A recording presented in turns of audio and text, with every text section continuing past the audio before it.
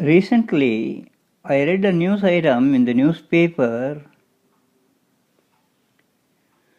that a judge who was regularly unpunctual to the court was being considered for the post of Supreme Court judge.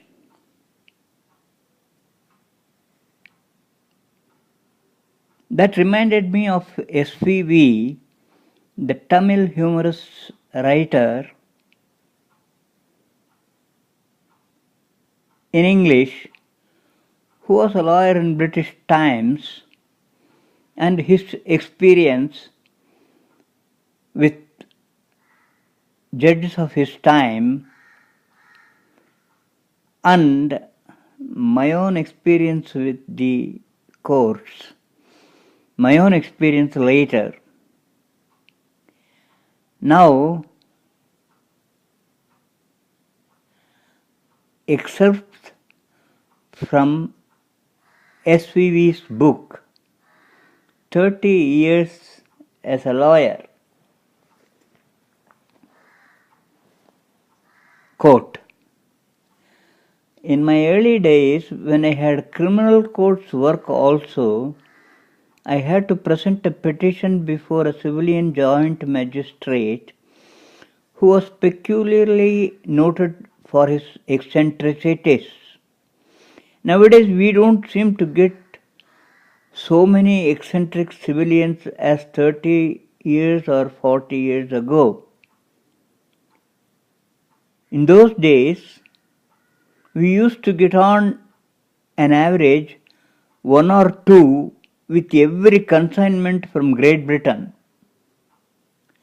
There was a civilian who shaved with his own hand one side of the moustaches of his dafadar, leaving the other side intact, and made the dafadar go about for 2 days on the civilian given face instead of the God given one, and after the expiry of the 2 days, rewarded him with 10 rupees.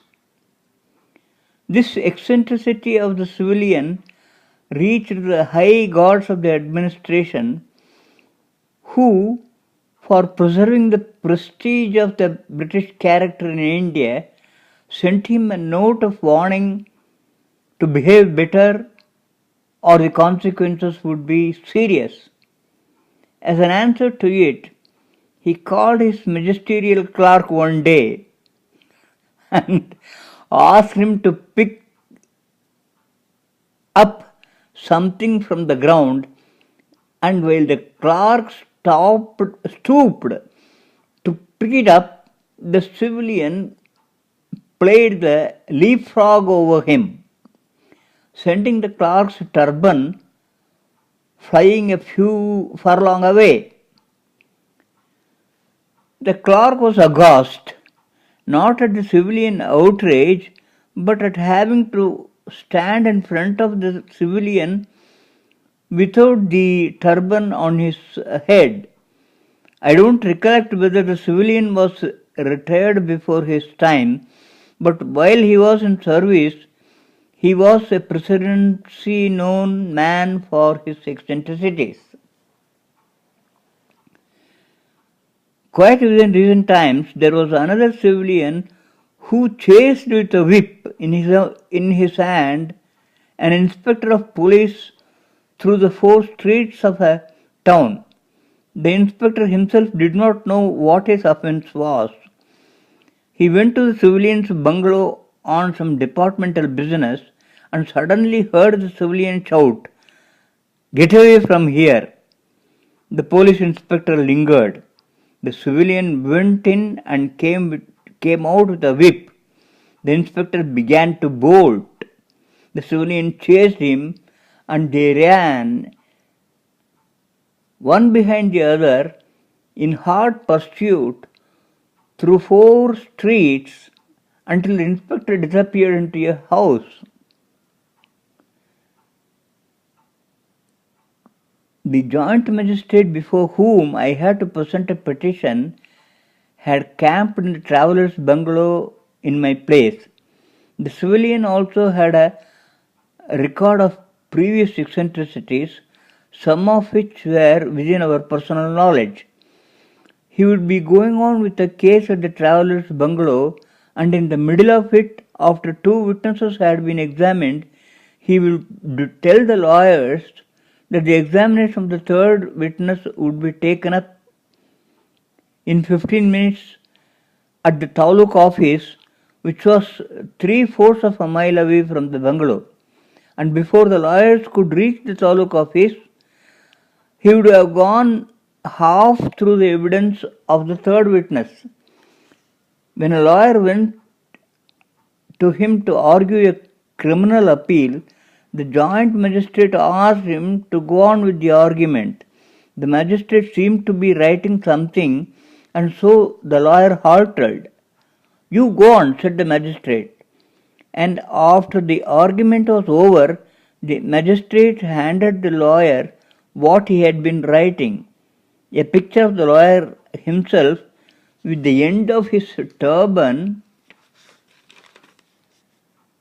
loose and sticking out, which the lawyer had not noticed. There were several other queer stories about civilian, but I think I have said enough to convey the eccentricities of this man. I went into the traveller's bungalow to present my petition. The civilian was idly standing on the steps of the bungalow. At sight of him, I hesitated a little, but felt extremely fortunate because he seemed to be in a good humor and said, "Come on, what is it?" I presented the petition.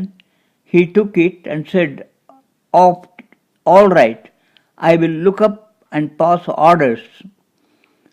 After I had returned a few yards, and before I reached the bungalow gate, which was about 200 yards from the bungalow, bits of paper, all of quarter-anna sizes, flew floating in front of me from behind, carried by the wind. In one of the bits, I seemed to discover my handwriting, and so I picked it up and looked. I found that it was a tiny fragment of the petition I had presented to the magistrate just a few seconds ago. "Come here, lawyer," shouted the joint magistrate on seeing me picking up the bit of paper. Is that your petition, all right?" he asked. "No, only a fragment of it," I said, and laughed, affecting good humor. When I told this incident to my brother lawyers, they enjoyed the fun, but none of them grew indignant, nor did I, for that matter. I will continue.